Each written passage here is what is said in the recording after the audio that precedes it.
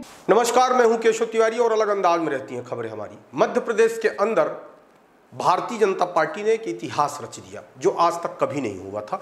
मध्य प्रदेश के अंदर 29 सीट हैं और मध्य प्रदेश ने 29 सीटें भारतीय जनता पार्टी को जिता दी हैं, या यूं कहें कि भारतीय जनता पार्टी 29 में 29 सीट जीतने में कामयाब हुई। मध्य प्रदेश के अंदर कांग्रेस पार्टी का किला जो कमलनाथ ने बनाया था छिंदवाड़ा में, उसको भी इस बार भारतीय जनता पार्टी ने ढहा दिया।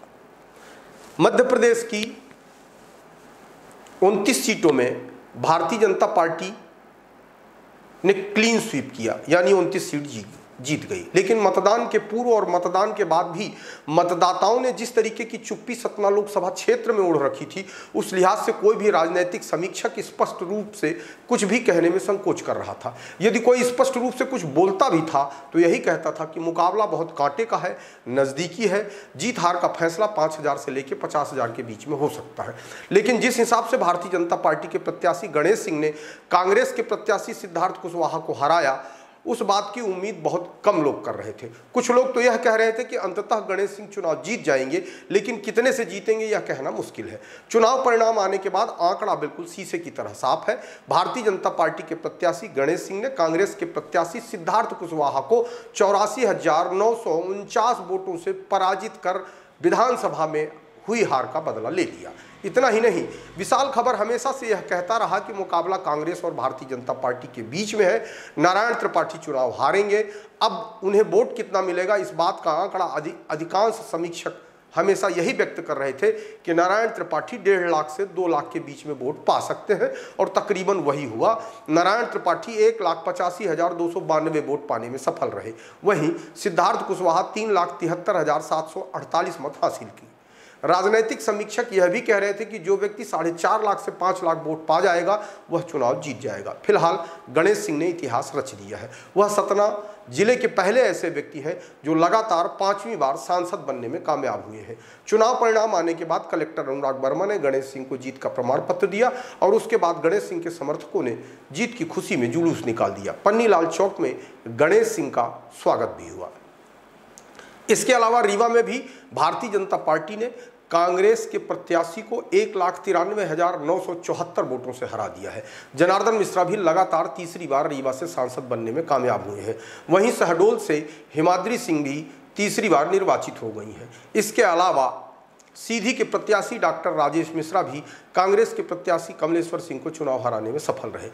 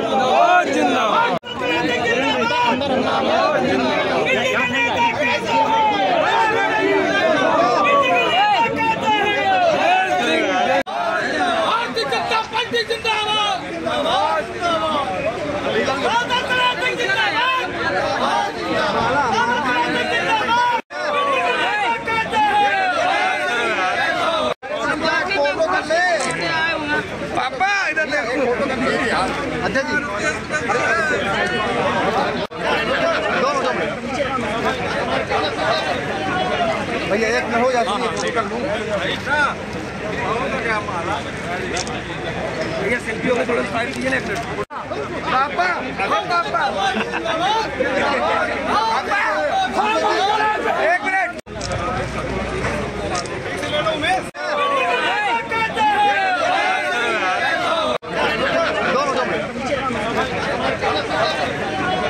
भैया एक में हो जाती है भैया सेल्फी हो गई, थोड़ा साइड कीजिए ना एक मिनट। छोड़ो तो रोल। 5वीं बार आपने विजय हासिल की, क्या मुद्दे रहे, क्या कहिए? सबसे पहले तो सतना लोकसभा क्षेत्र के सभी मतदाताओं का मैं बहुत बहुत आभार और धन्यवाद व्यक्त करूंगा। 5वीं बार उन्होंने मुझ पर से विश्वास व्यक्त किया। इसके बाद में प्रदेश के सभी 29 लोकसभा क्षेत्रों में मतदाताओं का धन्यवाद करूंगा कि भारतीय जनता पार्टी को प्रचंड जीत दिलाने का काम किया सबने मिलकर। प्रधानमंत्री नरेंद्र मोदी जी का विकसित भारत का जो संकल्प था उसे प्रदेश की जनता ने 100% स्वीकार किया है और इतना बड़ा जनादेश देने का काम किया है। जो विकास के कार्य हम लोगों ने पहले शुरू किया था उनको समय सीमा में पूरा कराने का काम है, वो सबसे पहले करेंगे।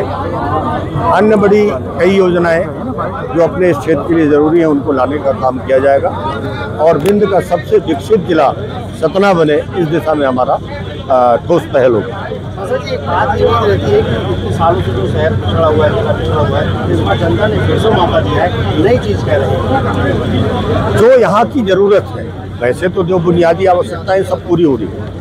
ये बात सही है कि जो प्रोजेक्ट चल रहे हैं वो प्रोजेक्ट अभी पूरी तरह से पूरे नहीं हुए हैं, तो लोगों के मन में भ्रम है, लेकिन लोगों को हकीकत पता है और इसी वजह से उन्होंने फिर से विश्वास व्यक्त किया कि ये जो काम चल रहे हैं उन कामों को समय सीमा पर पूरा किया जाए। एक सवाल और है, आपकी सवाल है कि 400 पार का जो नारा है, तो एनडीए 400 पार जाता दिख नहीं रहा है, तो ये क्या स्थिति रही है पूरे भारत में? मध्य प्रदेश में तो अच्छा प्रदर्शन। चिंता मत करिए, अभी अंतिम परिणाम आते आते 300 पार हो जाएगा।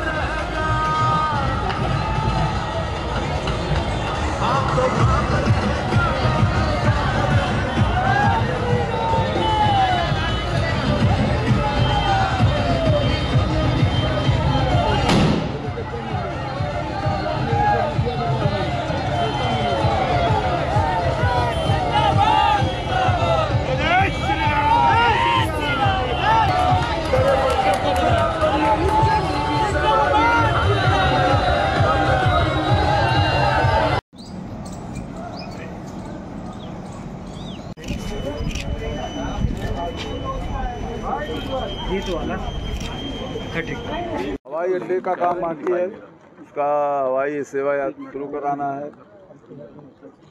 नल जल देने का काम अभी विधानसभा के चुनाव और लोकसभा के चुनाव की वजह से उतना तेज गति से नहीं चल पाया, उसको देखना है। रेलवे के इंफ्रास्ट्रक्चर को विकसित करना है और 9 लाख एकड़ ज़मीन रीवा लोकसभा की सिंचित हो, इस पर काम करना है। वही काम करेंगे। पिछली बार लगभग जितने वोट से जीते थे ठीक उसी तरीके से इस बार भी रीवा की जनता को क्या कहेंगे? रीवा की जनता, मेरा रोम रोम ऋणी है रीवा की जनता का, और मैं जिस पृष्ठभूमि का व्यक्ति हूँ उस पृष्ठभूमि का व्यक्ति कभी लोकसभा सदस्य बनने की सोच भी नहीं सकता। रीवा के लोगों ने 3 बार अपनी आवाज़ बनने का मौका दिया लोकसभा में। मैं चिर ऋणी हूँ, आजीवन ऋणी रहूँगा, मेरी पुश्तें ऋणी रहेंगी रीवा की जनता की। कांग्रेस पार्टी के प्रत्याशी का आरोप है कि ईवीएम से छेड़छाड़।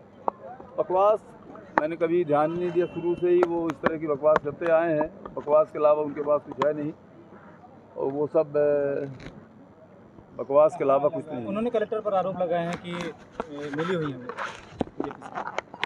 बता दिया ना कि उनकी बातों का आप क्यों संज्ञान लेते हैं। मैंने तो कभी संज्ञान लिया नहीं ना उनसे संज्ञान। का नारा लगाया जा रहा था, कहा जा रहा था कि अयोध्या नहीं जाएंगे लोग, वोट नहीं देंगे, अयोध्या में हार गई भाजपा। अब देखेंगे, आंकड़े आते हैं, वो तो अयोध्या का मामला है अपने पास। तो रीवा की बात करो आप, 400 पार की रीवा की बात करो, रीवा की जो आप तो कर रहे थे ना, रीवा की बात करो। जनता ने तो आपको जिताया, हाँ, जनता ने जिता दिया है। 400 पार की बात तो 400 का जो कलेक्शन होगा वो आंकड़े कलेक्ट करेंगे लोग, उस पर विचार करेंगे। 300 में ब्रेक लग गया, कहाँ पे कमी रह गई? वो हमारे पास आंकड़े नहीं है, जब आंकड़े आ जाएंगे तो अपन आप रीवा की बात करते हैं, विश्लेषण करने का काम। केंद्र के मुद्दों पे बात करती है विश्लेषण केंद्र की नीतियों का, केंद्र की नीतियों को जनता ने स्वीकारा, रीवा के लोगों ने, और उस आधार पर मैंने वोट मांगा था, उस आधार पर हमको जीत मिली।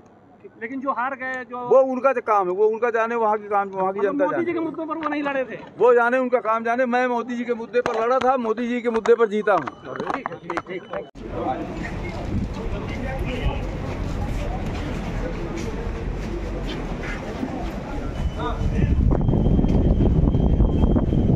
आपको हमारी खबरें कैसी लगती हैं कमेंट बॉक्स में आके कमेंट कर सकते हैं, लाइक कर सकते हैं, शेयर कर सकते हैं। और यदि आपको हमारी खबरें अच्छी लगती हैं तो विशाल खबर चैनल को सब्सक्राइब करना न भूलें।